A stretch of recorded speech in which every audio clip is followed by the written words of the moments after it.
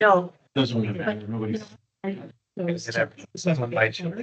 Then from there, the appellate court, and then sometimes the Supreme.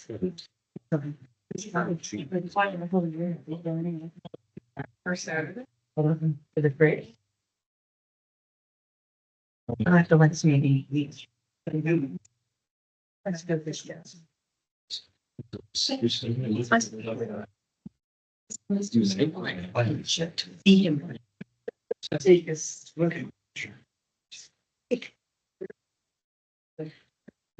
But the traffic.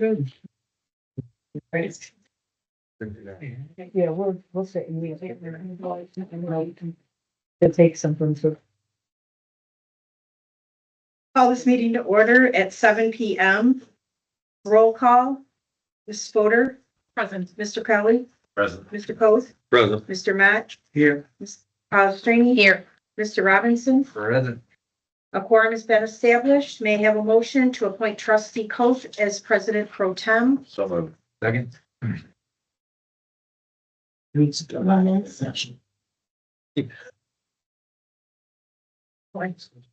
No, I know I was working this, and no questions or discussion. Just take a vote. Okay, Mr. Kelly, Aye. Mr. Coth. Aye. Mr. Matt, Aye. Ms. Palestrini, Aye. Mr. Robinson. Aye. Ms. Fodor. Aye. Motion passes 6-0. Okay, now we will move along to the Pledge of Allegiance. Stand and recite the pledge if you're able. Pledge allegiance to the flag of the United States of America and to the republic for which it stands, one nation, under God. All liberty and justice. Lions, anybody sign up for public comments? No one signed up this evening. Okay. Moving right along. You have the minutes from the November 21st meeting. Before you, check them over for any, corrections, misspellings, periods, paragraphs. I have one correction Yes. on page 5 of the packet. Number 8, the first part of the village manager report, the motion to award a facade. I thought I abstained, not trustee I will Robinson. check that. Thank you. Okay. And on page 3, just in the very first call to order, the date should be changed to November 21st instead of November 7th. Okay.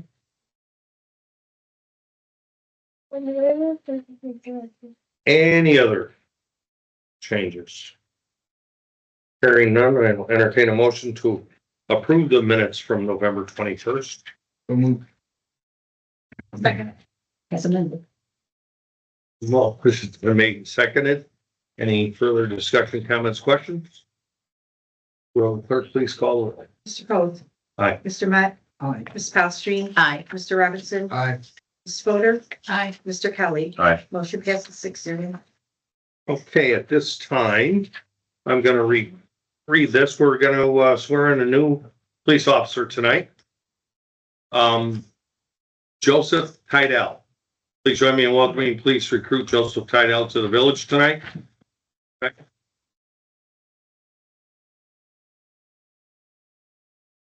Tydell is joining the Hampshire Police Department as a new recruit and will be headed to Sauk Valley Community College Police Academy in January. Mr. Tydell graduated from James B. Conant High School in Hoffman Estates and is currently attending Elgin Community College. Joseph served proudly in the United States Marine Corps from 2015 to 2019 as an infantry machine gunner in the 1st Battalion, 5th Marines. He most recently worked as security officer at Hampshire High School. Mr. Tydell is here tonight with his parents, Brian and Catherine, his cousin Samantha, and his fiancee, Clarissa. And at this time, we will turn the floor over to Chief Pan to work his magic. Thank you. And his grandma. Right? Grandmother Molly. Well, that. Surprise. Come on. Here. So. I state your Joseph Chidell. Do solemnly swear or affirm. Do solemnly swear or affirm. That I will support the Constitution of the United States. That I will support the Constitution of the United States. And the Constitution of the State of Illinois. And the Constitution of the State of Illinois. And the laws and ordinances of the Village of Hampshire. And the laws and ordinances of the Village of Hampshire. And that I will faithfully discharge the duties. And that I will faithfully discharge the duties. Of the office of sworn police officer. Of the office of sworn police officer. To the best of my ability. To the best of my abilities. Okay,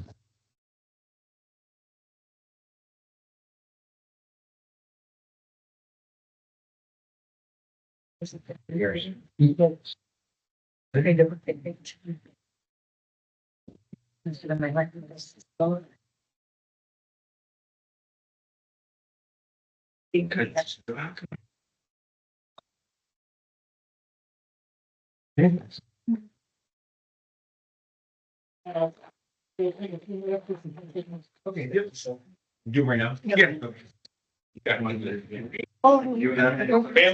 pictures. Come on. Oh, wait. Take them, get in. I was like, maybe it's decoration shoot. Let's deal.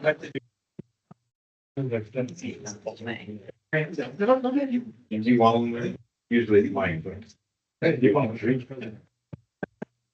You should get developed management.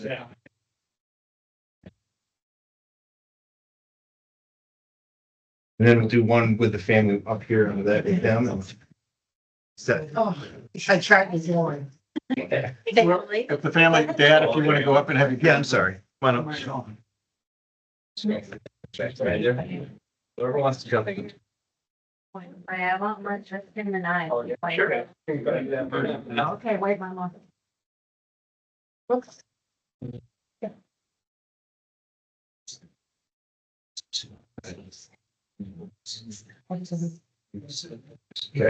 One opening. I know, I'm trying to get all the words in, I'm trying to get the table. Hey, don't take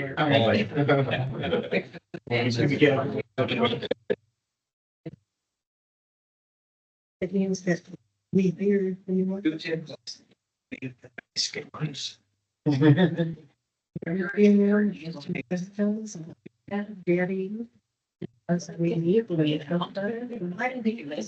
all. No, he's not on the commission. He's the chief. For the practice. All right. This was the first meeting. Yeah. Don't want to get something like. Now it's Oh, wow. Thank you. Yes. You have.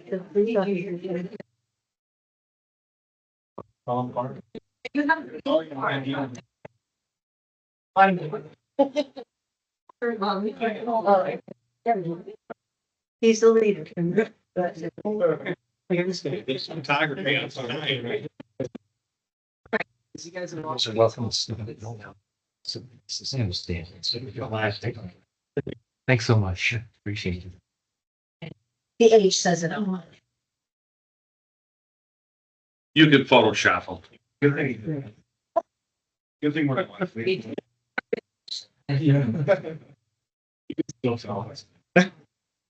Yes, the sign. That can be. Make it.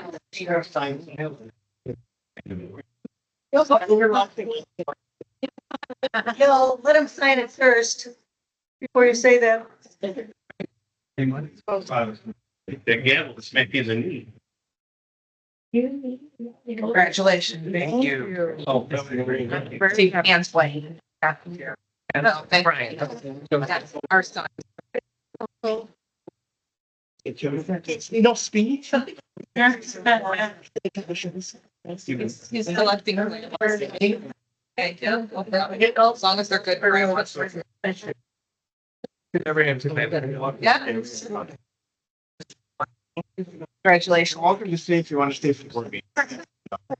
You want to get a ball? Thank you. I don't think one of yeah.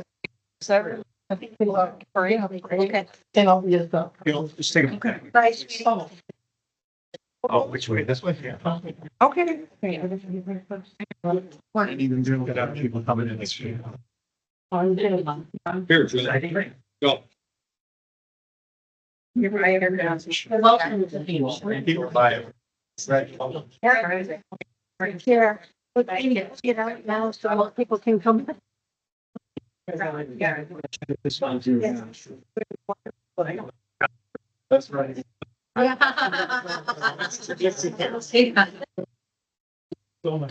Thank you. Congratulations. Good night. Let's say. Thank you. Okay, at this point, we'll resume our meeting and we will turn it over to our village manager. Thank you, Mr. Toth. With that, I would ask your consideration of an ordinance approving the annexation of the property located at the southeast corner of US Route 20 and Interstate 90, commonly known as the Ziegler land. Dave Ziegler, Mr. Ziegler is with us here tonight. You might recall him from the last board meeting. This is bracketed with the next item, the rezoning of the same property. And the planning commission, I believe our planning commission chairman just joined us, Ms. Klein. And that this passed by a vote of 4-0 at the Planning and Zoning Commission. So we would ask your consideration. Questions, comments? Just to verify, Mr. Hedges, M2 allows for like warehousing and trucking and stuff. That's why it's going to M2. Yes, Potentially for those uses. correct. And there is a map on page 12 of your packet showing where the site is located.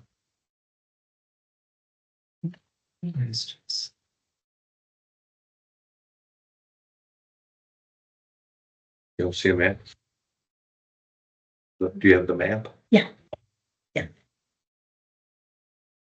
Any questions or comments? Oh, sorry, just one. Maybe for Mr. Vasselli. In the ordinances, Yes. we just refer to the village of Hampshire in Kane County. That okay, since the property is just in Kane, or do we need to list it as Kane and McHenry? So I'm looking at, The second or third whereas on page 26 of the packet 2 of the village ordinance. yes, it is located, because as of now, it is located in unincorporated Kane County. The property is in Kane County, and the title of the ordinance references both Kane and McHenry. Okay, cool. And That works. one thing, and most importantly, the ordaining clause on page 4 of the ordinance, page 28 of 182 of the packet says both. That's helpful. Yeah. Okay, great. Okay, I'll entertain a motion to approve. What are these? Ordinance.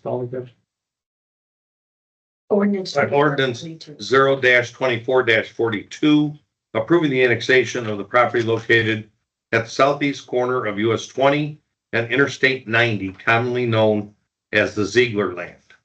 So moved. Seconded. Motion's been made and seconded. Any further questions, comments, concerns?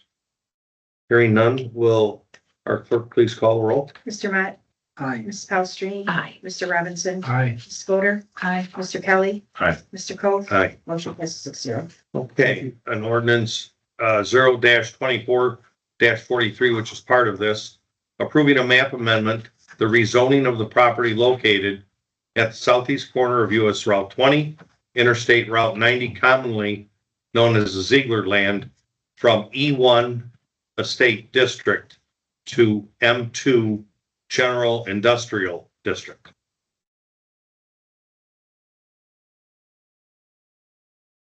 So I'll entertain a motion to approve the ordinance 0-24-43.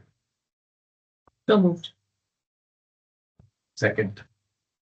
Motion's been made, seconded. Any further comments, suggestions, questions, concerns? Hearing none, will our clerk please call the roll? Ms. Palastrellini. Aye. Mr. Robinson. Aye. Ms. Fodor. Aye. Mr. Kelly. Aye. Mr. Coth, Aye. Mr. Matt, Aye. motion passes 6-0. Thank you. With George that, Jetson? Aye. Got her, Finley. the next two items are also bracketed, items C and D. Thank you, Mr. Ziegler. I'll just say thank you, and it's been a pleasure working with your village staff on this project. So they've done a real professional job. Thank you. Thank you.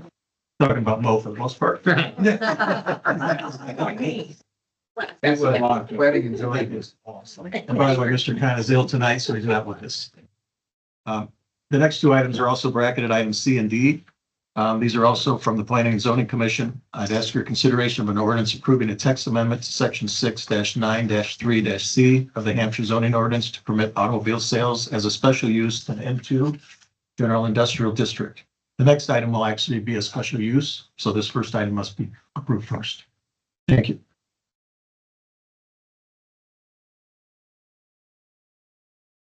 You're gonna read the next. No, I was just gonna mention that, that on page 42 of your packet, you do have an agenda supplement from Mr. Khan, explaining both of these ordinances. And the second ordinance is an ordinance approving a special use for 167 Flanagan Road to permit auto sales. And please consider that auto sales as vehicular sales. These will be trucks. This is because, I think I mentioned this the last time this ordinance came up. A lot of our trucking companies have headquarters and they sell only their own trucks. They're not selling someone else's trucks, but we do have to make that a special use within this zoning district for that purpose. So one vote at a time, though, Mr. Cook. Yes. If I can comment on the text amendment one, it's to permit automobile sales lot. But this is for a truck tractor trailers sales. Does that make a difference? Yeah, I or was just asking is it Mr. Shelley. general? It's It general. is, okay, because I just wasn't sure if it needed to be special. No, it's a good question, but Yeah. Okay. Okay. I do have one question on this, just on the procedure of it. Is there a reason, and maybe this is for planning and zoning, is there a reason why we wouldn't just amend the zoning to allow that rather than adding it as a special use case and then having somebody apply for a special use? Well, I don't know if the chairman would you like to comment on that? It's because we want to be able to regulate who gets to do truck sales or who gets to do vehicle sales in general. It always requires a special use permit. So there's just a text amendment to allow it to happen with a special use permit. So anyone that wants to do it has to have a special use permit already in the other zoning classifications that allow it. And it's just so that obviously we don't want car sales on this particular lot. We only want their own fleet that they're getting rid of to be sold. So it's just to have more control over what kind of vehicles are sold on which properties. And also, so a manufacturing operation in the same zoning district wouldn't be able to do truck sales as a regular use. They would have to apply for a special use. Understood. Okay. So this allows the option to be able to do it, but it's not that it's going to allow a car sales lot, used car sale lot. So the text amendment will allow it to happen with a special use permit. Okay. But it can be denied then for if somebody's looking to. Yes. Okay. So it gives you the control. Yes. Thank you.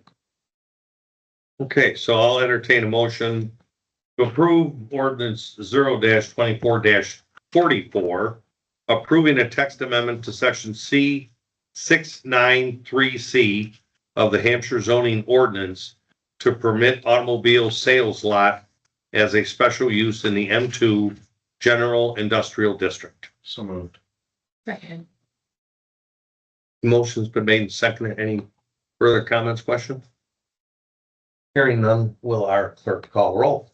Mr. Robinson, Aye. Ms. Fodor, Aye. Mr. Kelly, Aye. Mr. Coth, Okay. Mr. Matt, Aye. Ms. Palastrellini. Aye. Motion passes 6-0. Thank you. Mr. Coth, with that, we would ask your consideration of an ordinance authorizing renewal of an aggregation program. Please refer to page 70 of your packet. Wait, we got it. I'm sorry, did I miss one? Yes, I'm I'm gonna sorry. Please. I didn't vote. My fault. entertain a motion to approve ordinance 0-24-45, approving a special use for 167 Flanagan Road to permit an automobile sales lot. Second. Motion's been made and seconded. Any further questions, comments? I have one. Is there like a special limit that we've put on it so that it is just to sell the company trucks? Was that part of the zoning approval? That was part of the recommendation. Okay. Because I had to clarify what, is it called a tractor trailer? And I Yeah. can't remember what they put in there, but we did specify that it could only be, I think it's tractor trailer. But yes, we did specify that. Their own company trucks, but it's. We didn't get that specific. Okay. We just made it so that it is let me look at what we called it. There's a specific Mr. Pacelli? part of it. Madam Chair, if I could help, Yes. if I could actually add some color to this. Trustee, an excellent question. If you look at page 49 of our packets, page 7 of the application, even the application itself says to sell my company trucks. So the grant would only be based off the application. The application is limited only to their trucks. So if they expanded it and started doing more and selling other people's trucks, et cetera, it's in violation then? Yes, we would cite them for a zoning violation, or they would need to come back and enlarge or expand the scope of their special use permit. Okay. Thank you. We have a first and a second. Any other questions? Sorry, does the ordinance, the legal language in the ordinance itself limit, as you say, the application does? Or at least reference that it can only be used for the purpose in the application? It was made in the conditions and it was based off the application that was provided. So the grant or the authority therein is only based upon that application. So it inherently is. The language on there in the conditions and recommendations does have that language. And that was discussed with the zoning board. I'm comfortable with that as control Okay. over this. All right.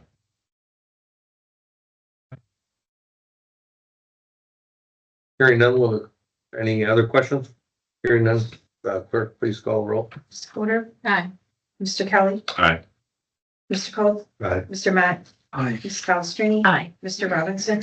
Aye. Motion passes 6-0. Now it's my turn. Thank you. Now we would ask your consideration of an ordinance authorizing renewal of an aggregation program. I would direct your attention to page 70 in your packet, where there's a memorandum from Sharon Durling, who's with us tonight. Sharon is the president of aggregation of Illinois. Sharon, would you like to step up to the podium? Sure. I believe at the last discussion, we took a consensus of the board that you did want to consider this program. There was not a consensus of which option you wanted to choose. I believe this is written as the grant, the $30,000 grant. The alternative was an opportunity to use Green energy. green energy, but I'll let Sharon explain that briefly, please. And it's $35,000 if you was to commence in February, commence in April. Timing and some different things in the market. It's a little higher, $35,000. So the board, should you choose to, resume your electric aggregation program, you might want to start with an April start. I'm going to big details why, but it's just a little more favorable financially for the board to do that. That's for a 2-year term. And key thing about this is it's at the ComEd rate. No resident would pay 1 penny more than exactly the ComEd rate. Some residents appreciate that the village negotiates the best deal on their behalf and also able to fund without having to, find some source of taxation or elsewhere. But I think I've said that before. So I'm here to respond to any questions if you have, want to choose to. One other point that was made 2 weeks ago is that I believe you said, Sharon, that 14% of our residents are using a different aggregator and paying a higher rate, and that would be corrected as well. Yeah, so, well, they would, we don't break those contracts, so they've signed a contract, but typically when they get a notice talking about the village's program, they'll pull out their bill and, ComEd rate is 6.5 and they're double-digit rates out there, so it could help some of those residents not to be, I'll call it, taken advantage of, say it nicely. So there is no guarantee that the 14% that are overpaying would be put into this program? No, because they've signed a contract, so we can't by law break whatever contract they've signed. They've signed up with someone, supplier ABC, and we can't go in there and break that contract. They have to. Yeah, but, and they can do so for no fee, that's the law. They can leave at any time, but it kind of helps, and we can help with messaging, check your rate. This is an opportunity to kind of bring it to the consciousness. How is that different than I've signed up for ComEd, but I can be placed into this without my approval? Good question. In 2012 March, the village voted by a majority vote that the village voters approved a referendum enabling the village to establish an opt-out electric aggregation program. Governor Quinn signed that into law in 2009 that, municipalities in the state could offer an opt-out program. So if you're ComEd, you're automatically opted into the program. So just for clarity, in case somebody's watching this, Yes. what you just said was the village, but what you meant, I'm guessing by what you said with Governor Quinn, is that the state passed that. The state. Because there was no village referendum in There 2000. was actually. There was. Yeah, thank Okay. you for pushing me on that. He signed into law that communities could offer the referendum, and 800, I think 800 is the Okay. number. So, yeah, good point. Village of Hampshire voters got to make that choice. Okay, in 2012. I think it was March 2012 Okay. at the primary election. So, we wouldn't want to break another contract. Some people sign up, they might get a restaurant gift certificate or airline points, and they like that. The good news is the law is they can leave at any time. You can't be charged an early termination fee. So this program kind of helps people, let's go check that deal that I took out a year or two ago. This is only limited then for 2 years. And then at that point, then it gets, It would expire okay. and the village could look at new offerings or revert all back, all of them would revert back to ComEd at the end of the contract, per Okay. contract. So I was not on the board when this first went through, but I was on the board when the board said in 2021 not to Yes, continue. So we haven't had one for 2 years now. that would be correct. So it's every 2 years that it's presented? No, just when there's a better opportunity. Okay. A year ago, there was an opportunity. They've actually improved a little bit. Electric market is changing all the time. One little picture I like to say, we're paying the lowest rates we've paid in a dozen years. And so many things go into play. And there just happens to be a better opportunity for you now. Mm-hmm. Okay. So kind of hit the sweet spot. Okay. That's what we're suggesting. The question is, if this is a 2-year contract, Yes, sir. what happens if ComEd, you're saying you're paying the same Yes. rate as ComEd? What happens if ComEd puts their rate up in that 2-year period? Then that rate would go up also and exactly parallel the ComEd rate. Exactly. The ComEd rate actually changes a little bit every month. It's tweaked every month. We'll get into that detail, but because there's variable, supply and demand, there's variable as to how much do they purchase, how much do they pay, and how much do they use. So it always adjusts a little bit every month, exactly down to the thousandths of a penny per kilowatt hour. Okay, so it follows the ComEd rate of charge. Yes, trustee. Okay. I have a second question I want to ask. And I think last time you were here, I had told you I do solar, Yes. people that are on solar. And one of the situations that comes up with solar is when you sign up for solar, if you change your Supply. party Mhm. that is providing you the electricity, you could lose your net metering or what has been put into the system that you currently have, because I've seen that, it's happened to me. Mhm. And so I'm just concerned for people that might be on solar and they're going to change to this agreement. Is that going to affect them? Couple things, those folks are excluded. They'll get a notice about it, but they're not automatically opted in. It's kind of important because they, have that own contract we can't break. But also, this is a big problem. ComEd has changed that and they've kind of fixed that problem where if you move from, forget the villages program, if you just move from ABC to XYZ on your own, they've corrected it. So you don't lose that credit because that's a big deal because you personally experienced. Yeah, So you say. I experienced it when I first went solar in 2019. I was with a third party, forget the name of it at the moment, but because I didn't register with ComEd immediately, I lost 3 months of my credits that I would have got because the paperwork wasn't put through to ComEd. And they said, when they did sign up, they said, oh, well, you could start from now. But I have no other people that have caught in that, so we watched that religiously when people are going solar, who their party is that's supplying them electricity. It all comes from ComEd, but there's third parties Well, involved. trustee Mont, that's not part of what we do. However, you can send anyone to us because I've helped navigate people through that just as a, part of our service. Because that's a conundrum that's been fixed, but still, we're happy to talk to people and assure them work it out if they fall in some kind of gap somewhere. But they won't automatically be enrolled, so that doesn't happen now. Should this pass the board, who notifies the residents?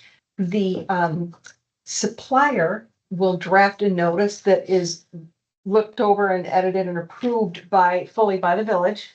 Probably you, unless you. And so it comes on under the village's name, the supplier pays for it and does the printing. And who is it sent to? It's sent to every ComEd account holder that's a resident or very small business in the village.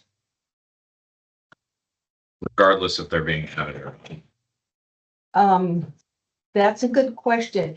In the past, we've sent notices to people like there was some other supplier, here's a village program, you're not going to be automatically be enrolled, but we're just notifying you that it's happening. And I think by law, we have to do that. So yes. They're just noticed about it, but I've had them put in large block on the top. Nothing will change with your account. So they're assured that, not gonna Well, because that's what I'm wondering. Because earlier you said the 14% cannot be because Correct. they have a contract with somebody else. And Correct. so if the notification's only going to those that could be, then this really doesn't help residents. they get a different notice telling them it's a different notice. It's not saying you're going to be automatically opted in, but it's a notice saying the village has established this program. Here's information about it. You're free to take action to join if you want to. So they don't opt out because they're not going to be automatically put in the program. Okay, and then you said those that are being put into the program will receive a notice. Is it an opt-out notice that they can opt out? Yes. And then you had said small business and residents. We have more than just that in the community and more than that utilize ComEd. Yeah. So industrial not included in this? That's correct. By law, the legislators, there was a lobby that back in 2009 that excluded businesses that consume more than 15,000 kilowatt hours per year. So a restaurant or McDonald's would be too large. So it's small businesses. Maybe you have a 9 to 5 law office or something that wouldn't be, using refrigeration and high electricity like that. It's almost like every one of our businesses downtown would be eliminated, everything That's on correct. guys. And probably a lot of them have gotten their own private contracts. So they're already, a lot of commercial brokers have worked with them to get better deals. Any other further questions?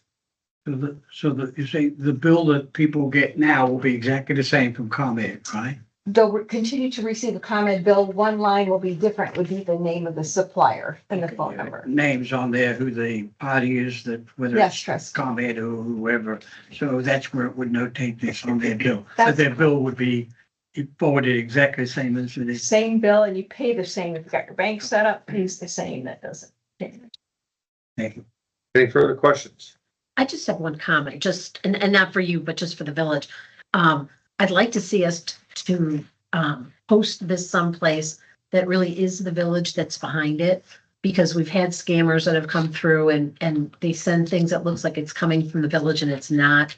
So if there's some way that either on our website or on the next newsletter. Right, we can do all those things. Yeah, because that way people feel that it's safe. They're going to trust that the village is agreeing with what this postcard's going to For say. social media, if you have that as well. Yes. We will draft all that and provide that for the village Wonderful. to do as they wish. Okay.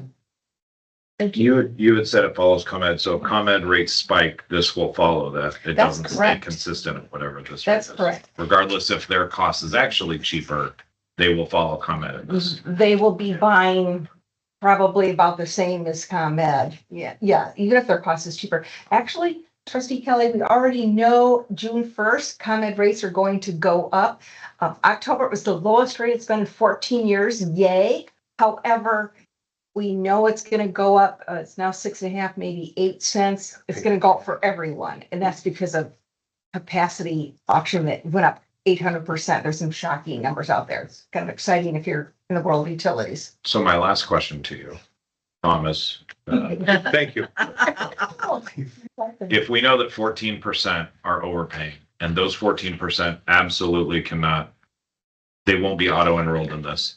And that it's a communication that goes out, which we've already talked about, we have different vehicles of communication. What is the benefit of this program to the residents?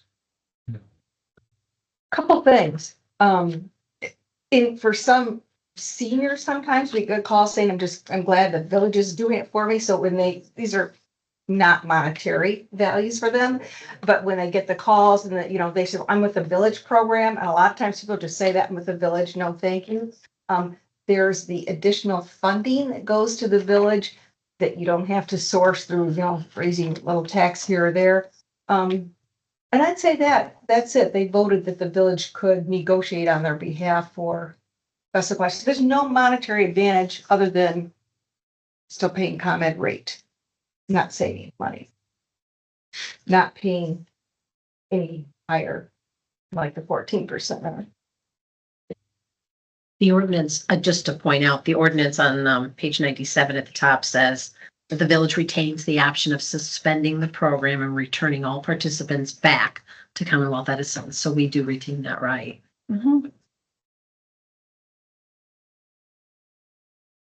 But just to clarify, it will be the ComEd rate through the life of the contract. Correct. Okay, so when ComEd changes their rates, then When it goes up, IACs will also change their rates. correct. Well, it's MC squared, yes. Okay. But yes. Okay. And we've done some auditing on that. I think Tinley Park was the very first community I did this with, and they had their environmental committee. A lot of time I'd built, we check. And down to, because we're charged down to the thousandths of a penny per kilowatt hour. Thank you. Okay, any other further comments, questions? Hearing none, I'll entertain a motion to approve resolution 24-46 authorizing participation as a member in the Illinois Emergency Management Mutual Aid System. That's the wrong one. Yeah. It's a mouthful.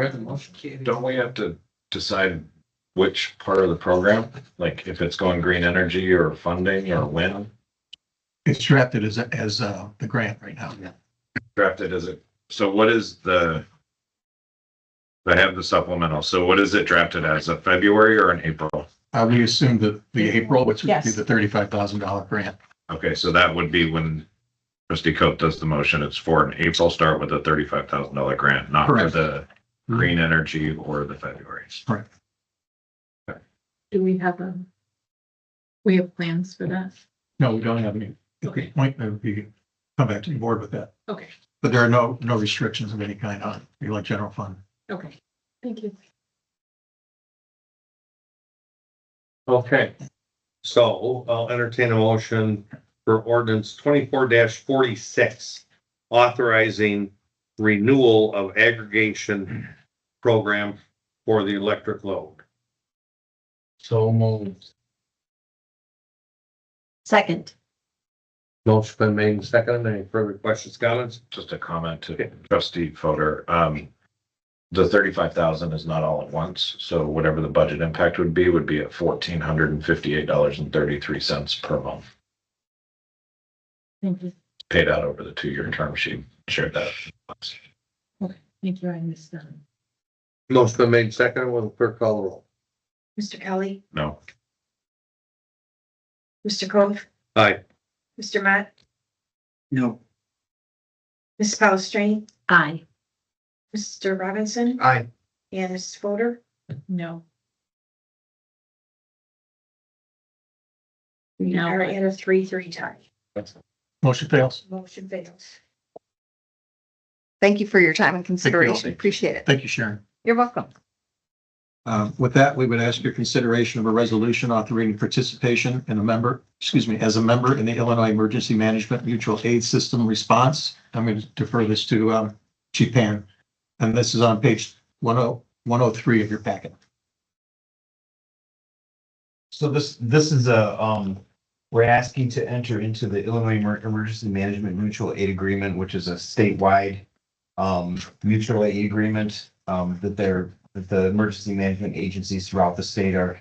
I mean, obviously the state is encouraging it, but then local emergency management agencies throughout the state are also encouraging involvement.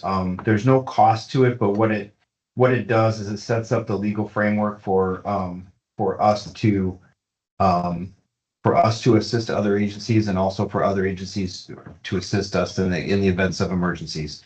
It covers everything from the routine day-to-day mutual aid to the larger scale events. And and basically what it says is that if we were to send if another agency were to ask for assistance, that we would send an officer, and that we would do that free of charge to them, and that that we would continue to pay that officer, that our insurance, everything would cover that officer while they were acting there. But it does set up the framework also for reimbursement. So if there's a larger scale emergency and there's reimbursement from insurance agency or the state or the federal government or some other third party, that we would, that we could recoup those salary expenses and benefit expenses through that process. Kane County Office of Emergency Management has asked everyone in the county to sign on to this. So there, we just have a seamless, especially in a large scale incident, we have a seamless process. And at this point, Pingree Grove and Huntley and Kane County have all signed on to it. There's a few other agencies also that have signed on to it. So I would encourage us to get involved in this official agreement. It's really focused at the larger scale events. However, it does cover for the day-to-day mutual aid also. Chief, I have a question. Mhm. So what concerned me was that we have nothing in writing and we've just been doing it. It's a courtesy to our fellow neighbors, et cetera, and fellow agencies. But there was nothing ever in writing and we just assisted. There's nothing, there hasn't been anything in writing since I've been here. I don't know before that if they had I don't anything or think not. so. No. So have we ever had, and I know you don't go back too far, but have we had officers that were injured while doing, mutual aid to another? Not that I'm aware of. Okay. I really see it as more of a benefit. The chances of it benefiting us, I think, are greater than us putting officers at risk by sending them to other agencies to assist. I mean, on the day-to-day basis, yes, we'll help Pingree or we'll help Huntley if they need it. But when it comes to these large scale events, the agreement clearly does put the control for offering available resources into my hands. So there's nothing that requires, if Geneva were to have an event and ask for us to help, there's nothing that requires me to send our only available officers to Geneva to help. Mhm. I can say no, or we'll get, we'll plan for it and we'll send somebody in the next operational period or whatever it may be. But there's nothing that mandates me to send anything right away. However, and vice versa. But it really sets it up so we wouldn't have to have anyone from village management or municipal management throughout the county really questioning if there was anything in place to protect should I call out for assistance. So that's what it's set up for. If Burlington, as an example, if Burlington doesn't sign on to it and if they're not part of the mutual aid system, then where does that leave them if they have a big incident that happens and we're still going to help them, right? Or do we not? I would say that close we would, but what if it was somebody from the south part of the county that we're not directly bordering with, and they're asking for help, then it may be like I may end up calling the village manager and saying, hey, we really don't have anything set up with this organization. Do we want to help? Is it worth the risk? I mean, obviously if it's a huge event where everybody's going, we're probably going to go in because that's what we do, right? But Yeah. But this just puts a legal framework in place to offer protection. Mhm. Chief, quick question for you. In the governing of this, it talks about a board and it says the 8 regions. What region are we a part of? Or whereabout does it cover without the name of the region? Is it It's pretty local or is it pretty large? It's pretty large. I think it goes down, it goes from it's McHenry, is it, is that? Oh, there's the map in there. 129. So exhibit A, that map, it's everything. We're region 3. Okay. Yeah. So within all of those regions, Will, Kink, E, Kendall, Grundy, LaSalle, DeKalb, Kane, McHenry, and Boone counties, there will be one person identified from that entire region that will be a member of the governing board then. Correct. Okay. Okay, any further comments?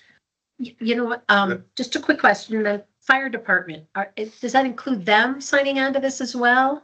Because they're a separate entity. This is emergency management, so they, I can only do a mutual aid agreement for the village of Hampshire with the state. So the fire department would have their own. Okay. So they would. I'm not sure if he signed this or if they signed it or not. I have to ask Trevor. I should have thought about that tonight, but I think that. I know they're generally, they have mutual aid agreements all over the state, so I can't say if they've signed this one, but I know they have several mutual aid agreements. So it's really a daily thing for them, for sure. I mean, I think it's a good idea because, I mean, it sets up the fact that if an officer is injured, there's parameters set up already in here as to who takes care of that officer, who's responsible financially, et cetera. So it all comes back to the agency. Our agency will always be backing our own officers, correct? I think that's a great idea to have it in writing. Just a question. There are no previous agreements to this. That's what you said, right? Correct. Okay, I was just reading on page 109 where it said they wanted this in place by December the 1st. There's an extension. Okay, Through January. Yeah. so it is in place because it said it stopped. Yeah, well, we didn't have an agreement up and so we didn't have the agreement before. So that language is actually applying to other agencies that did, but they did want to have them all in place by December 1st, but it's been extended, so. Okay, I'll entertain a motion to approve resolution 24-46, authorizing participation as a member in the Illinois Emergency Management Mutual Aid System Response. So Motion's been made, seconded. Any further questions, comments? Who made it? Hearing none, will the clerk call the roll? Mr. Cole? Aye. Mr. Matt? Aye. Ms. Palastrellini? Aye. Mr. Robinson? Aye. Mrs. Fodor? Aye. Mr. Kelly? Thank you. With that, with that, we would ask your consideration of a resolution authorizing expenditure for a snowplow truck upfit in the amount of not to exceed $130,748. I'm going to defer to Ms. Lyons on this one. So you will recall at the last meeting, you approved the build slot for 2025 Freightliner.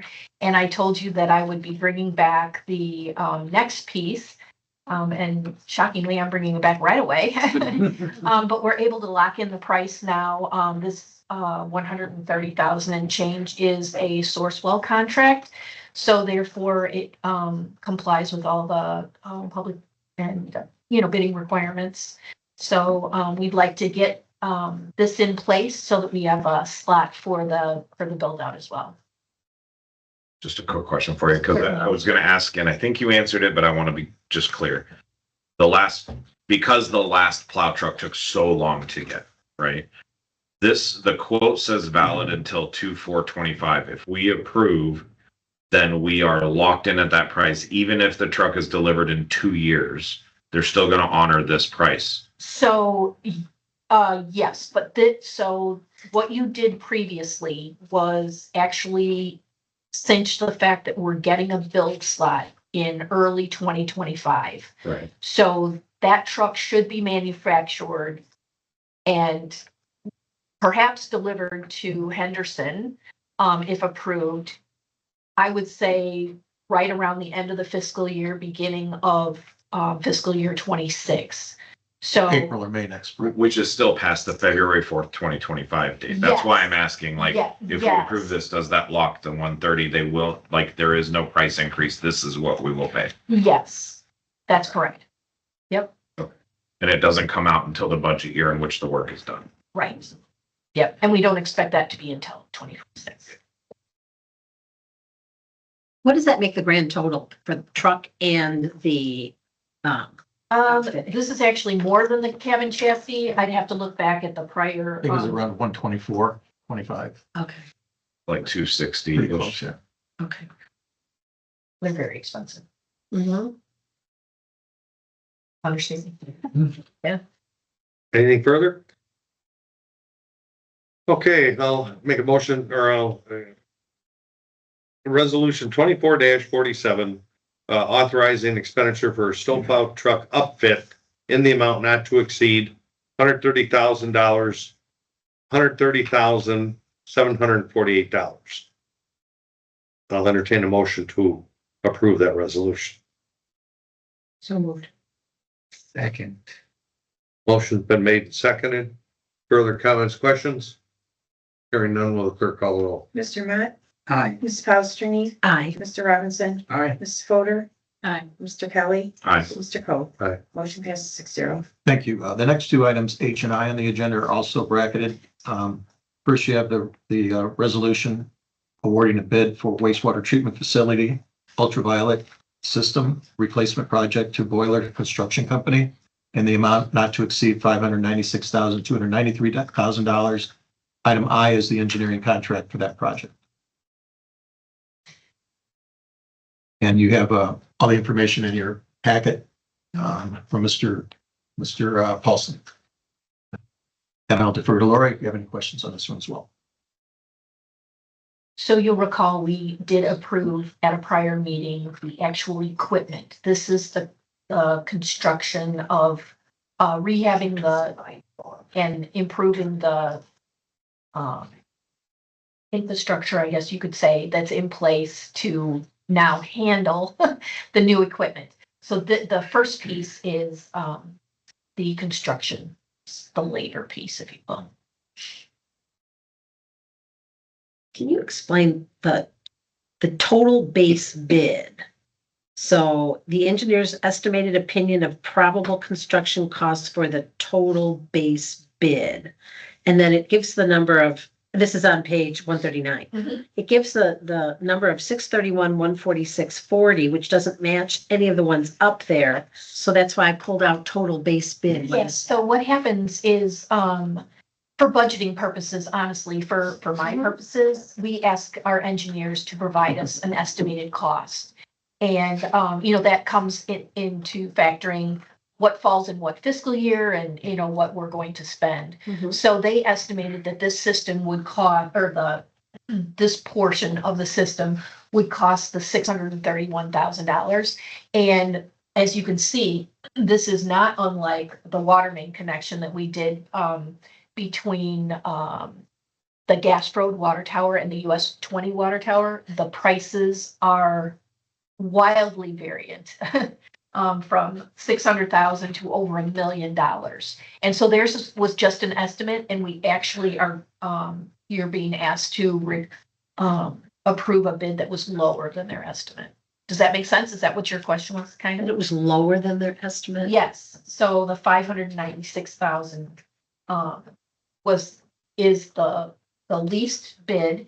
All of these contractors that were contacted are familiar to EEI, and they sought bids from these individuals or companies, and yes, it came out less. So you never know, like, they need the work, it's they don't have something scheduled for this winter, because this work will be done very quickly, because it must be in place May 1 in order to be in compliance with our NPDES permit. Okay. So the engineer then gives the estimate. This is what I think it's gonna cost. Then Yes. the bids go out, bids come back in. Yep. This one. So the bidders don't know what the estimate is. Well, Yeah. I suppose, they could probably FOIA us for documents that we have in our pockets, but I don't know if that's legal. Yeah. But yeah, they just came in the way they did, yeah. Okay, thank you. On page 143, the table, I want to make sure I'm just reading it right, because you had said this was for labor. This is actually for the full amount, correct? So it Because was, it has the residual of the equipment listed as well. And at the bottom, then it's the 596. So it shows the 233, 846.40 as the equipment residual, and then the rest is like the labor and demo. And so it looks like the entire project is the 596, 293, not 596 plus the 200 for the equipment. that's accurate, yes. Okay. Yeah, So sorry. the whole project is still coming in almost 100,000 under, or over 100,000 under what was set aside in the budget. 630 was in the budget, right? 700,000 was in the budget. Right, and this is coming in at 596 too. However, the engineering piece, the next piece, it has to be added to that as well. So the construction, engineering is in that $700,000 budget line item. Gotcha. But you gave a number earlier, 630 that was budgeted for the contract, right? No, that The was the six- estimate. Yeah, 630. That's what, yes, but that's what we had projected ahead of time. Okay, more questions, comments? I'll entertain a motion to approve resolution 24-48.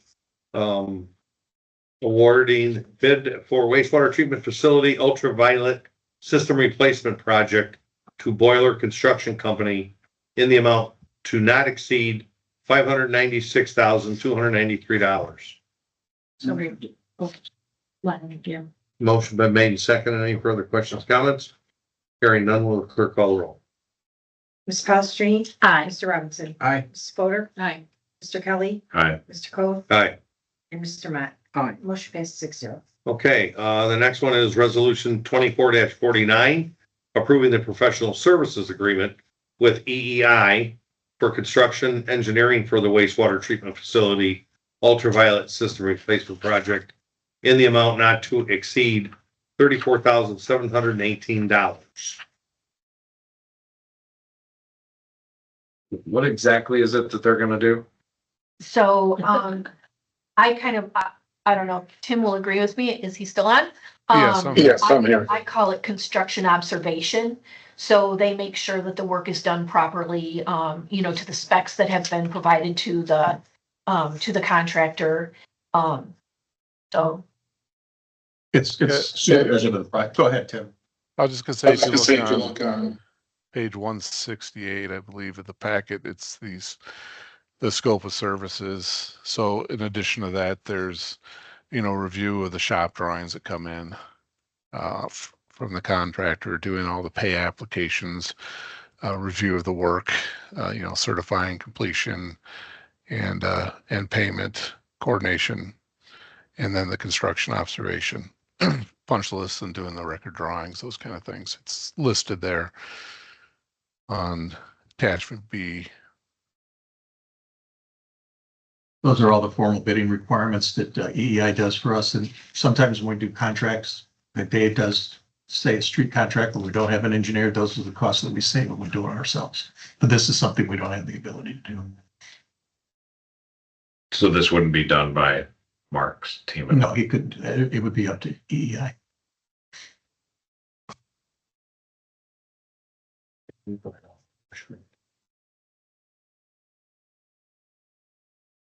Tim, just on page 160 of the contract, I just wanted to clarify then for, I guess, at the top of page 160B, that during the engineering review, the engineer shall have the authority as the owner's representative to disapprove of or reject the contractor's work while it's in progress. So I know you're out there generally and not all the time, but for some of the bigger things. So, what is that exactly does that mean?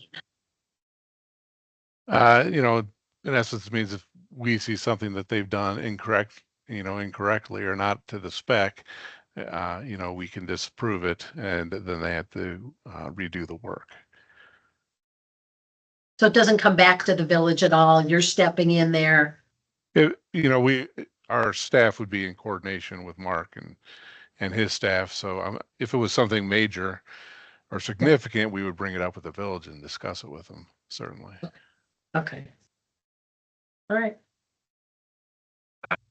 Is there, Okay, It's again, pretty typical. It's usually about 5% of the overall expense is the engineering contract. I'll entertain a motion for resolution 24-49, approving the professional services agreement with EEI for the construction and engineering for wastewater treatment facility ultraviolet system replacement project in the amount not to exceed $34,718. So moved. Is there a second? Second. Any further questions, comments? Hearing none. Yeah, please call the roll. Mr. Robinson. Aye. Mrs. Fodor. Aye. Mr. Kelly. Aye. Mr. Cole. Aye. Mr. Matt. Aye. Mrs. Palastrellini. aye. Motion passes 6-0. Now we'll move on to the exciting portion of the Yes. program. Sure you've all been This waiting is for just a short presentation, on the special service areas. So, getting started, here's a listing of the special service areas within the village. We added one to the list in 2024 earlier this year for Briar Hill Ventures. The ones that are the SSAs that are highlighted in blue are the maintenance SSAs.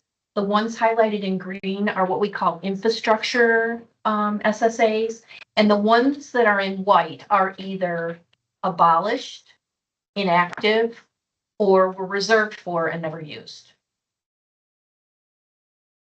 So there's 30 of them to kind of look at outside. What was the blue ones again? The blue ones are the active maintenance, for stormwater considerations and other common areas.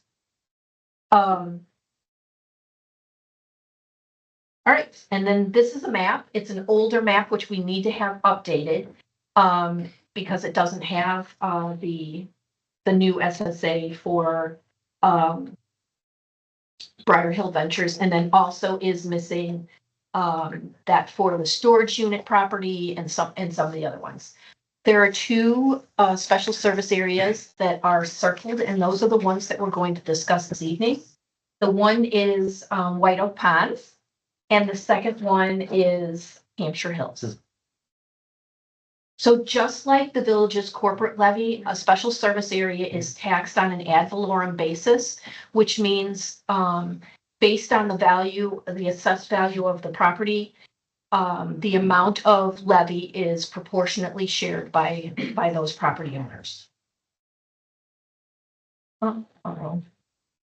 Okay, I've got a problem because I have White Oak Ponds on here twice, which is definitely a problem, but I can save the day. So just bear with me here. So we'll start with SSA number 10, which is White Oak Ponds. I want to draw your attention to the red boxes that are in the spraying area. We currently have two certified aqua herbicide applicators. And therefore, we are no longer experiencing any costs for spraying. That is being done 100% in-house. Laura, do we have this or is it over? It's only up there. Can you see it okay? Yeah. Bigger? Yeah, over there. Make it a little bigger. I can see colors. Great, sure. Just bear with me for a second. Sorry, thank you. No, yep. That's gotten even bigger. Yeah. Well, just bear with me for a sec. Because I can make, this is the actual Excel form that I believe I can make bigger for you. And I'm not sure what it's showing here. You got time, they're eating candy. Yeah. Okay. Taking the back. Wait, what's up?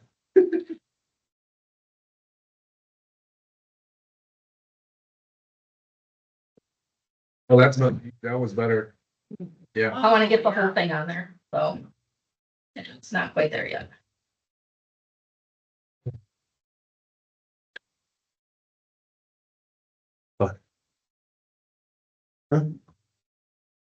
I'm, Can't read. it really, when I get it big enough, let's just concentrate on a piece of it at a time. That's cool. Thank you for. There, how's that? Yeah. That's good. Is that a little better? Yes. Sorry about that. No, This is always tricky. So, as you can see, at the top, the fund balance has been running negative, as we know. So it has, we have been increasing the levy significantly, I would say, over the last several years. So this year we propose to increase for fiscal year 26 to $21,110, which, oops, I'm sorry, didn't need to do that. Will be an increase of approximately $15 for a home that is has an EAV with a market value of $250,000. We have some pond burnings that we're working on in this area. We will be doing some this fall. If we don't make it in the fall, which is sometime that happens, then we push it to the spring. And then we're burning in the units. Hang on one second.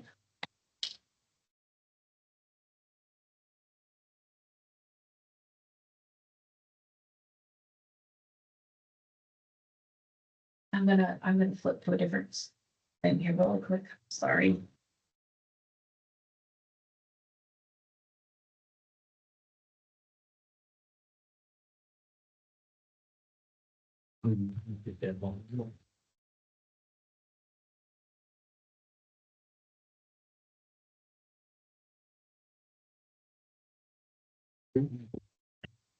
I know. Yeah. I'm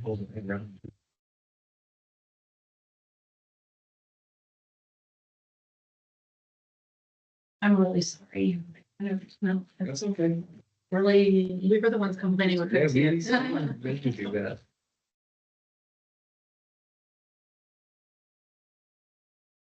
okay.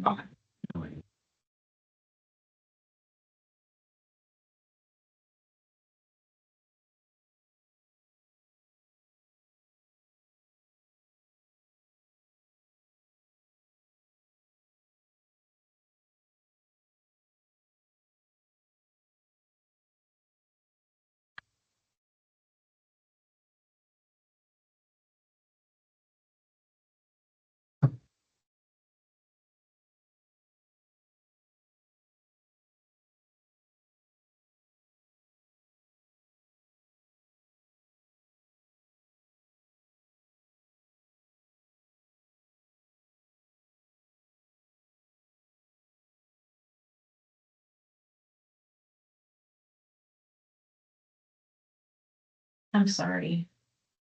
Right, it may be okay just to go to the PowerPoint and just zoom in on the PowerPoint. Yeah, I'm concerned. I don't know how to zoom in on the PowerPoint when it's in a slideshow. Maybe outside of the slideshow, I can do that. I guess I can. There you go. Oh, what you had. Is that okay? Make it a I'll little bit, go back a little bit Hang on. and Let me see if I can.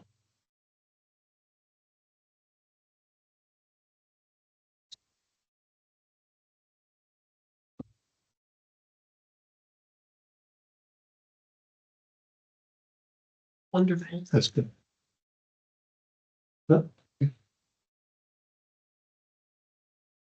Okay. So this looks, yeah, this is better.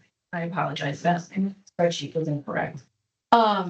So as I'll just start again. Negative numbers at the top. We've been increasing the amount of the levy over the last several years to try to rectify that situation.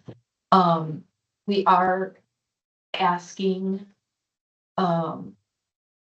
for a 15% increase to $21,390, which is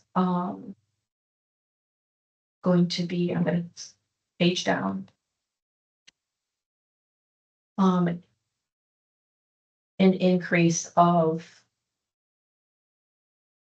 You said $30 for a two. No, she said 15. Or 15 for a I think it was like 9 or 10. It's a little bit less than 15, like, So Well, no, we're going, sorry, we're going from 25 to 26, so it's, isn't it, is it $23 or is it? It's $15, 88 to 101, so $13. right. Okay. $13 increase. So we do have some, ponds that, you know, like I said, we're burning, so we're going to do, one in fiscal year 24. Now I'm messed up at my years. We have, we are burning some this fall, and then we will be burning one more unit, next year. So, that's reflected in our chart here. So, essentially, we're making progress. And I do kind of want to flip to a different screen, because I know that, we discussed, the addition of potentially other properties, into this particular SSA. So I've just begun my research with respect to, how the other properties would be affected. There are 96 parcels that, have benefited from the various stormwater improvements that have been done in the last several years, to improve the neighborhoods. There are properties on Panama. There are some on Smith, Warner, Centennial, Highland, and Hillcrest. There is one village-owned property, in the mix, untaxed, so that would not, benefit anybody. So that would not be a change. There's about, $6 million I'm estimating at this point. I'm still investigating, all the parcels. It's a large number of parcels to like go through and add up the EAVs, but I'm estimating that there's over $6 million, in EAV that would be added to the approximately $16 million that are in there right now. So, in rough numbers, it could reduce the overall, if those properties are added, it could reduce the overall burden by about 30%. And that's just for this SSA. That's just that SSA. Yes. I have some more questions about this one when you're done. Sure. Go ahead. Are you ready? Yeah. Okay. So we're moving into fiscal year 26. Can you, I'm sorry if you don't know, I know this is out of the blue. Can you tell me, since 21, how much has the increase gone up total? You said 15 this year. Yeah. Or 15 for 26. Could you say it? I mean, from 9, like over the last 5 years, you said? Yeah, since 21, since we It's started. more than doubled. Yeah, it's more than doubled. So it's gone up more than 100. Because it was 8,700 in FY 21, and it's gonna be 21,000 without any additional homes added in. I'm asking per. But I'm saying, so the overall collection has doubled. more than doubled, like 2.5 times, which means the representation per home, because you haven't added any new homes, Okay. would have grown at the same rate. So at 2.5 times what it was in 20. And that makes the assumption that your EAV was flat, basically, and we know that. Right. So if it, like, you're gonna put that in cash, over $100 in the past 5 years, it's gone up More than that. more than $100 less, about. No, so it would not be more than $100, just because right now we're looking at, like that $250,000 house being taxed at $101. So, So if they have a $200,000 home, it's a little bit less than $100 over since fiscal year 21, about. I think I might have that at the bottom. I only go back a few years. Okay. But yeah, I mean, I can get you that information. Okay. Yeah, and it would be interesting too, I think, to plug in the numbers. I always measure this kind of on a flat EAV, but the property values have gone up Right. significantly over the years. Yeah. But then again, it's all proportionately shared. So, Correct. we hear in the newspaper that, overall, the EAVs are going up, Mm. but they go up not necessarily proportionally. You know, if you put in a pool in your home, you would certainly get your EAV increase more than your neighbor who, Right. you know, doesn't have a big improvement like that. So, No, I'm just looking for like a ballpark number per $200,000 value. Well, but that's why I'm saying, if you make an estimate that it's always 250,000 across the bottom, Yes. and the top has gone up 2.5%, and you're keeping that bottom line consistent, then you should assume 2.5%, which means in 21, it would have been $40 or less. Okay.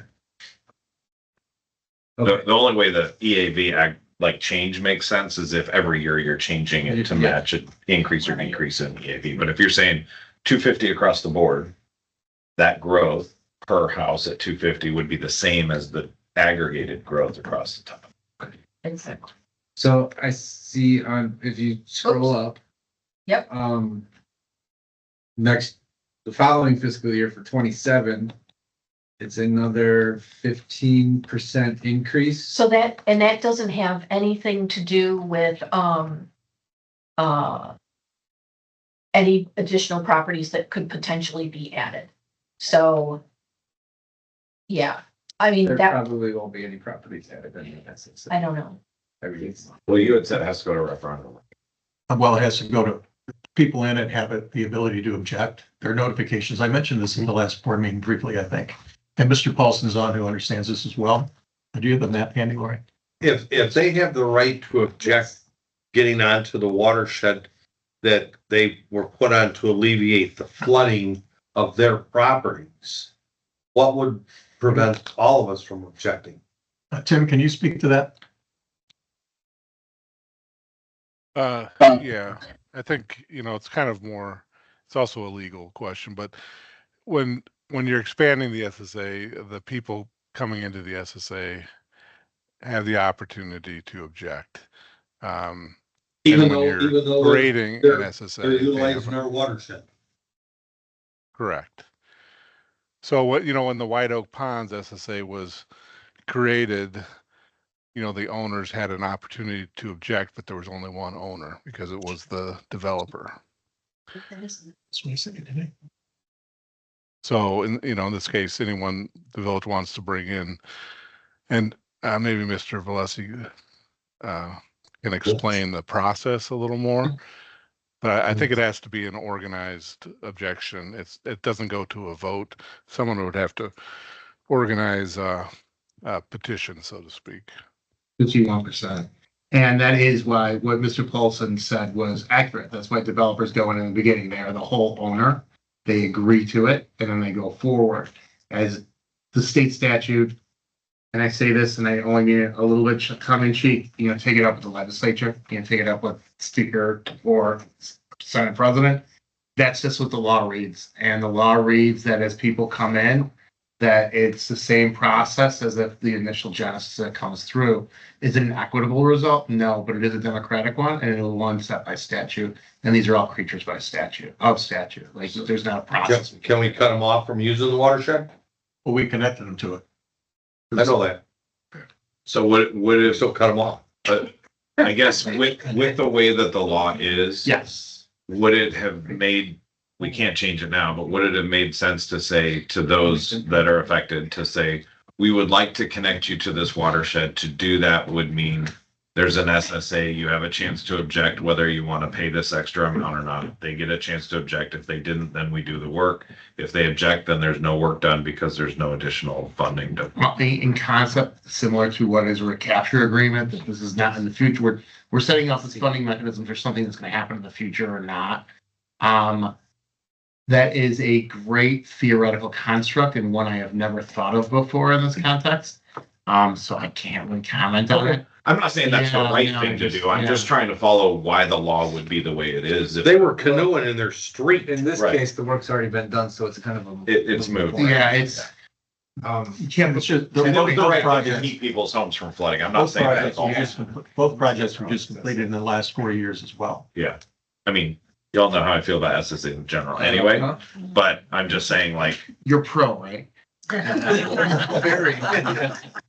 yeah, Yeah. we'll find out tonight how pro I am. So can I go back to my question.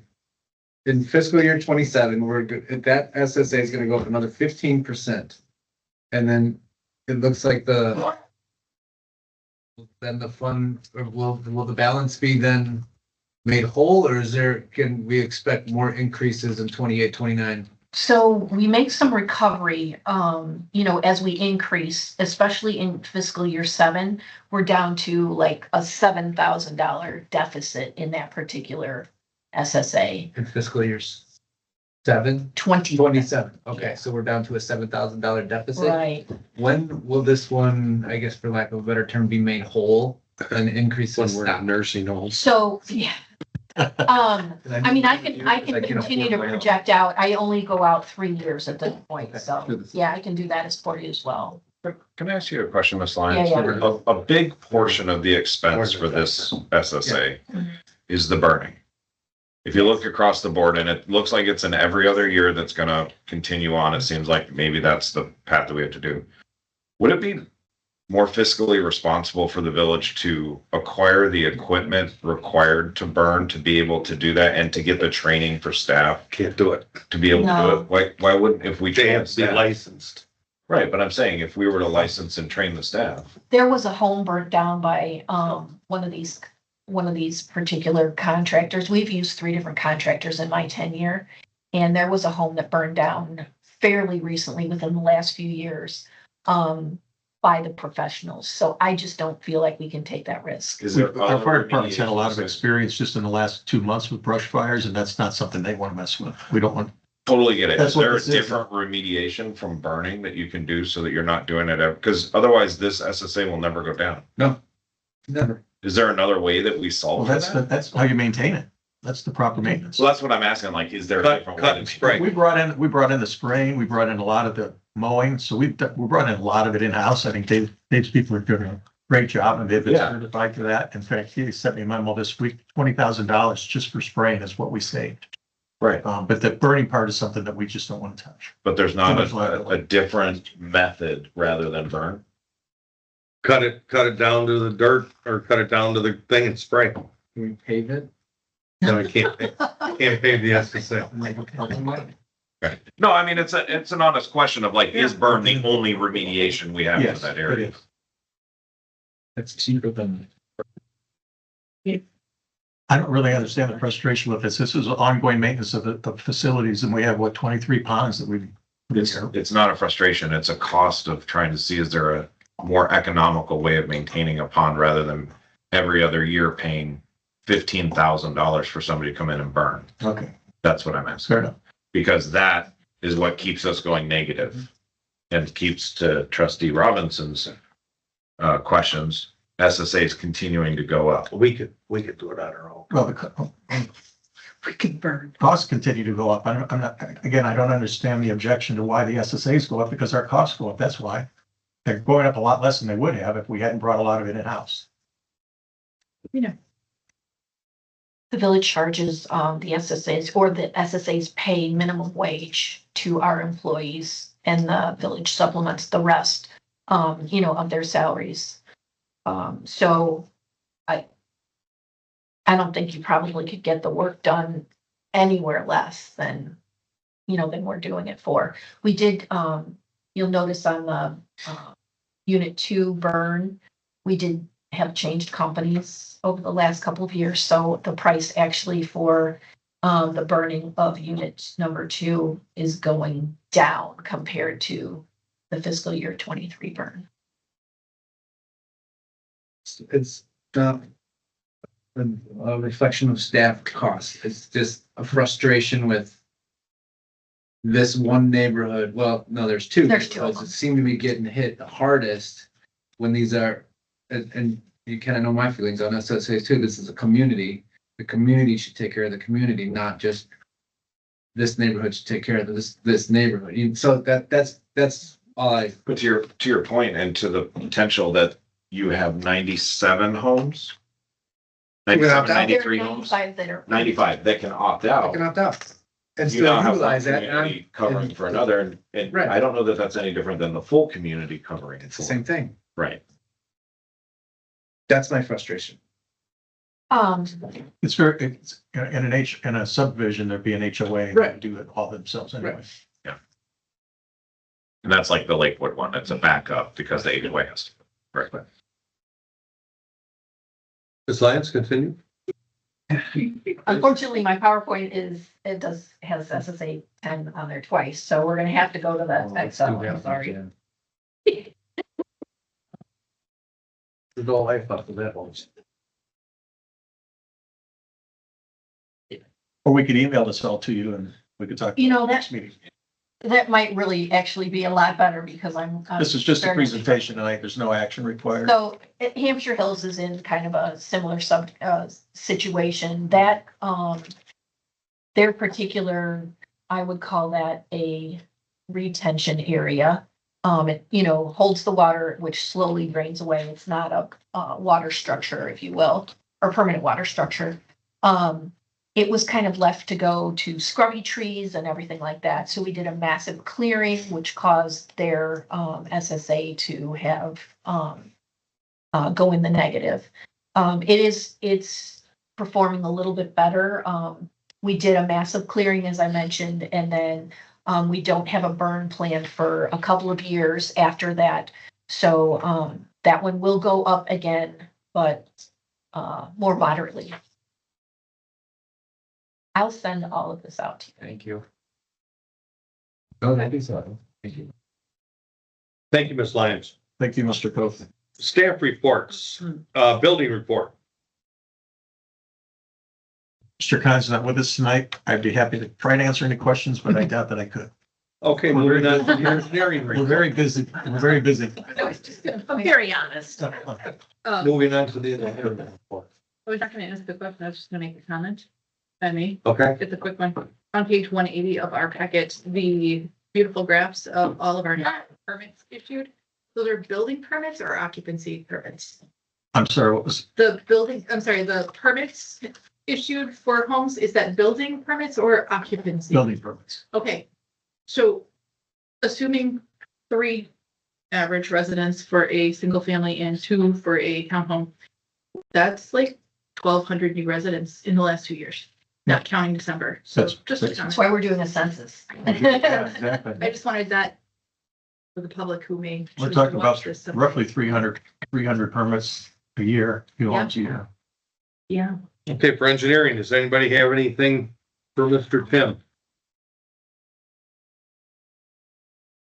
No. Nothing? Nope. Nope. Okay, we'll move on to accounts payable. I'll entertain a motion to approve the December 5th, 2024 accounts payable to personnel in the amount of $1,048.83. So moved. Motion's been made and seconded. Will. our Ms. clerk Fodor, call the roll?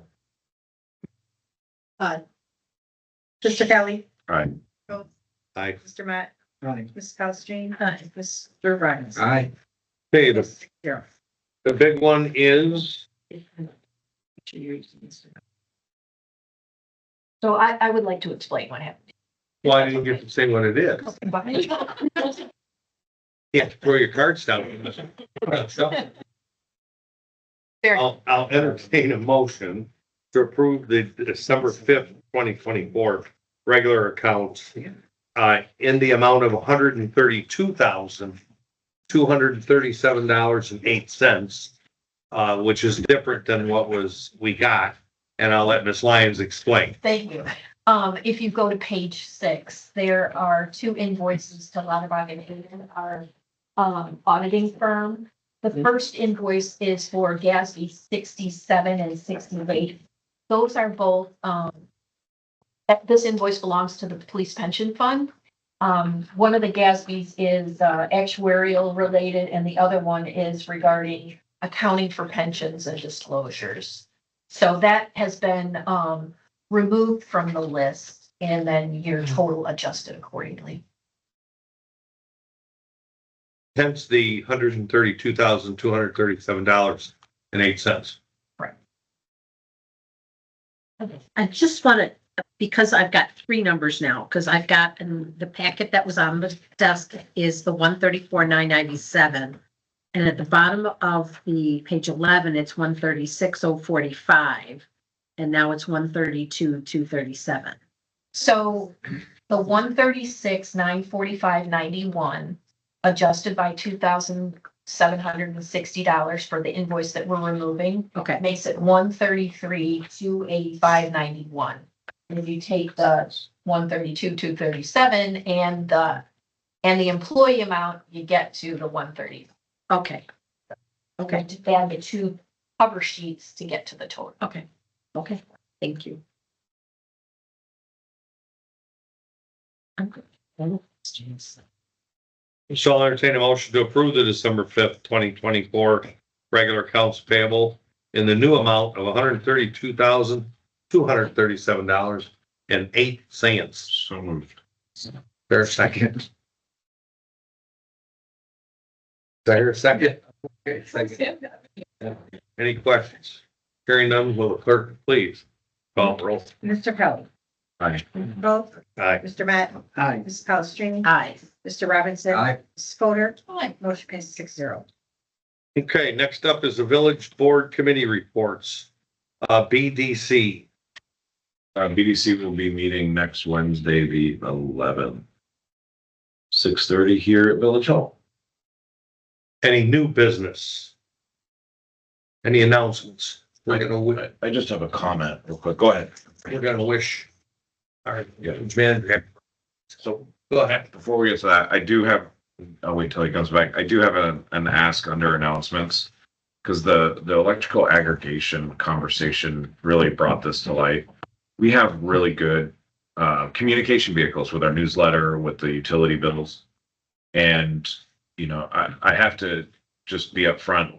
The reason I voted no is there was no advantage for our residents to join this. It didn't affect the people that are overpaying, but my thought is we as a village could help the residents that are overpaying if we could in the next newsletter say, hey, as a part of this discussion, it was identified that 14% of our community are paying significantly higher than current ComEd rates. Check your bills, just make sure you may be one of the 14% and don't realize this, but it would be worth you checking your bills. How would you know if you checked your bill? How would you know you're paying higher? Because you would show a different electrical supplier. They'd have to send that out to everybody. Yeah. Well, we have it in our newsletter. It goes to everyone. Because according to my ComEd bill, I pay more than my neighbor and he pays more than me. No, you're not, I'm not, it's not the letter. Rate. It's not the letter, Yeah, how check- much energy usage it So is. check the supply. It's on your bill. Okay.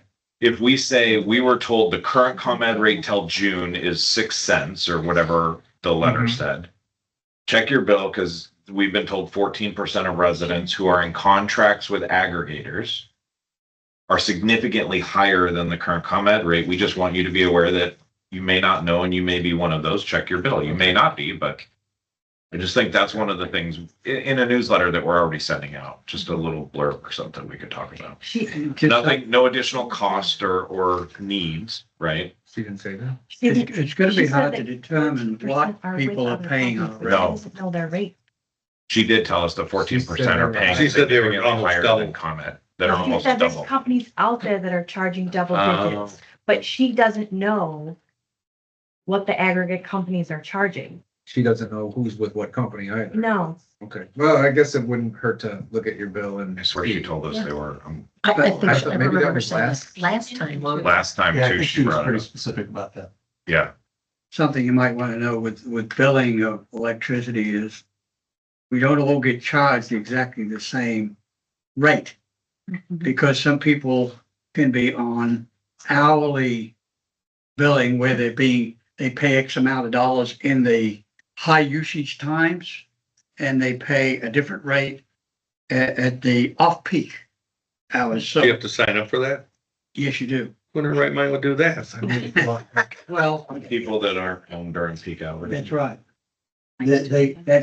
So it's very hard to determine what is the rate. There's not one rate for what ComEd charges.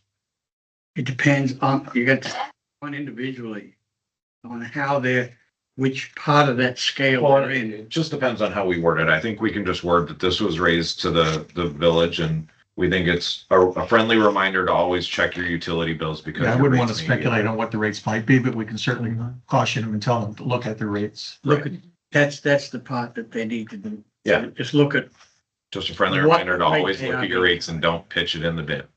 It's interesting too. I find it interesting at least that a lot of people complain that their electric bill is super, super high. Yet, as Sharon said, the rates are actually really low 14-year low, you know. compared to what they have historically been. That was my opinion. yeah, I have never had an electrical bill go down in the 40 years I've been here in the United States. Ever. And quite often we look at it because I play solar there. We look at it across the whole country. And if you go out to California, they could be paying 35 cents a kilowatt out there. The national average is 17 cents a kilowatt. It's California. No, the national average is 17 cents a kilowatt. So comment at 6 cents is great. Yeah, so, and I just wanted to make a comment But here solar's that, better. I asked a question about the fluctuation, if we went to that contract of, with them instead of ComEd, what is the benefit? Because their rate follows ComEd. So I didn't see in my mind that made any difference. Now, we just put it before you because we didn't want to turn away $35,000 as being offered to us. Yes, yeah, I understand. I mean, the board can turn that down, but I wouldn't do that per se. Yeah, no, I just wanted to, because we look at this from putting people on solar. All the time, we're looking at what are they being charged by ComEd or third parties of ComEd. It all goes through ComEd anyway, but there are a lot of different rates. And sometimes we have to dig very deep into an electrical bill for people to show them what's happening with their electricity. Okay, any more announcements? Mr. Cook, did anybody talk about the parade? I'm sorry, Not I yet. stepped out. No, Just want to make sure everybody's aware. I think, Mr. Robinson, you're going to be driving the Gator. Yep, I'm the caboose. Okay, all right. And Mr. Kelly, you're going to be helping, and I believe Yeah, I need to find Chief or something to get a vest. Yep, you're supposed to get This a is my flag lightsaber. vest. Lightsaber? I got a bunch of those at home. I'll bring you one. All right, we do have 5 OEM volunteers, or the county was able to give us 5 OEM people as well, so it'll be 5 of you and 5 of them. Okay. Chief, for Great. those of us that need to find you, can you send us an email or something of like where and when you want What us? time are you gonna be there? Whenever you need us there, wherever you need us. Mike, Just a time point. oh, are you doing like a intersection? I'm doing an intersection Oh, okay, blocking. that's Yeah. why I didn't get that. Want to borrow my flagger certification? If you, No, he's Mike- got a shiny vest. the mayor sent out a really good email. I think you all got that this morning, right? So that should cover everything. Okay, any more announcements? Before we adjourn, we're going to honor our village manager. He's done a great job for us so far, but it is his birthday. I'm not going to sing. The hell we ain't. I've been trying not to cough all night. I almost made it. I did notice he had moved away from you. It's legal, it's very We legal. don't have any candles. Good. Last year there were 70 candles in there. Wow. Maybe It's down this when year. comment rates go down, your. Night will go down too. Happy birthday to you. Happy birthday to you. Happy birthday, dear Jay. Here you go over there. Come on. Happy birthday to you. Thank you all very much. Need a motion to adjourn. Motion. Second. Wait, I have to write that down. Yeah.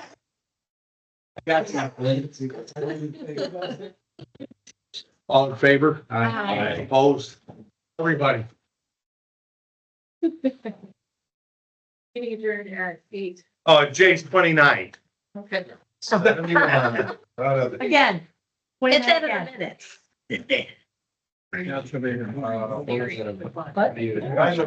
Tuesday was my 5-year anniversary. Wow. Um, Thinking more than